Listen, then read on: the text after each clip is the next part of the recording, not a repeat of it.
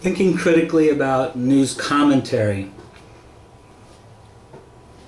First, let's recall what I mean by news commentary.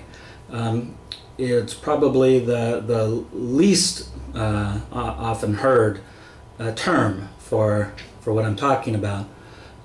You're probably used to hearing a term such as an opinion piece or maybe editorial comments or something like that. If you recall from a previous video when I described the difference between news reporting and news commentary, I suggested that calling what I would say is news commentary, calling that an opinion piece is in the end misleading. It gives us the impression that what it is about is someone expressing, stating, claiming his or her opinions. And that's not what these things are about. They are, in fact, attempts to persuade an audience to adopt some opinion. They are attempts to persuade an audience to adopt some conclusion or conclusions. That's what they're attempting to do. To suggest that news commentary is best described as an opinion piece is a bit like suggesting that arguments are merely statements. It is fundamentally misleading. Either a sign of what I consider gross ignorance, or worse. Be that as it may, it is important to keep in mind that I probably will be using this term in a way that's either new or at least rarely heard by you, given the reality that news commentary is often described differently. If you actually look at news commentary yourself, what I predict you will find is this is a person or persons attempting to persuade an audience. As such, what we, as students of critical thinking, what we do is we look for arguments.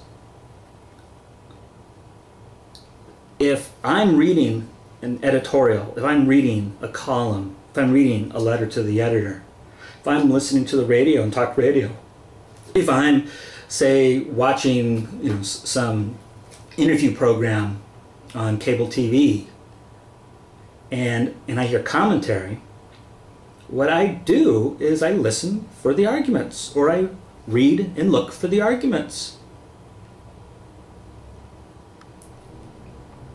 This can get complicated.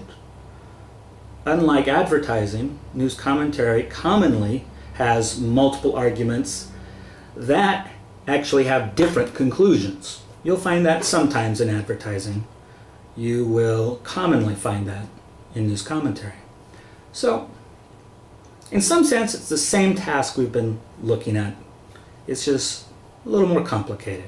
News commentary, insofar as it's attempting to persuade an audience, we, the audience, trying to think critically about this commentary, we're looking for arguments. It may contain an argument, hopefully it contains an argument.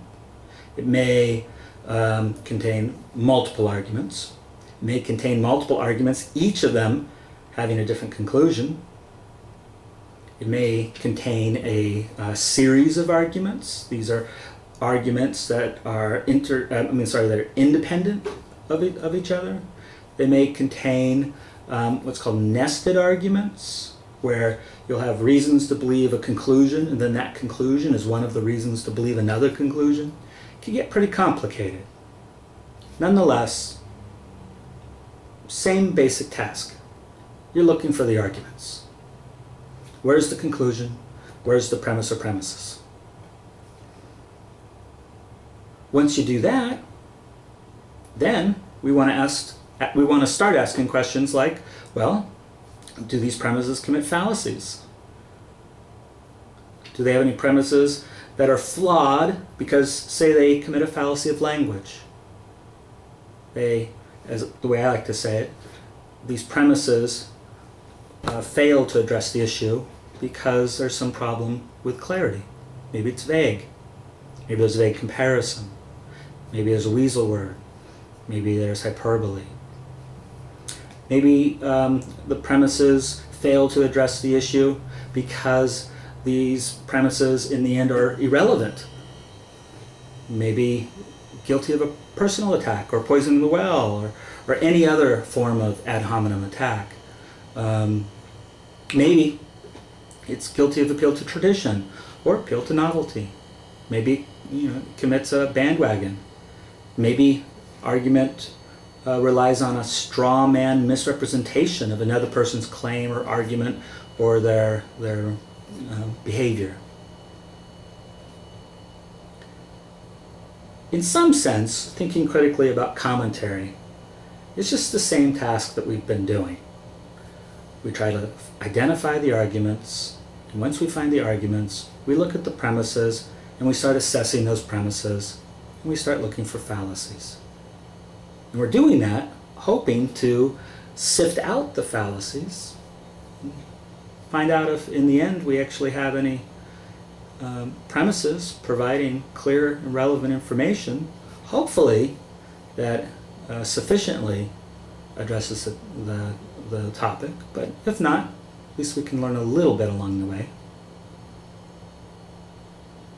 So, at least for now, I think that's a good start. Trying to think critically.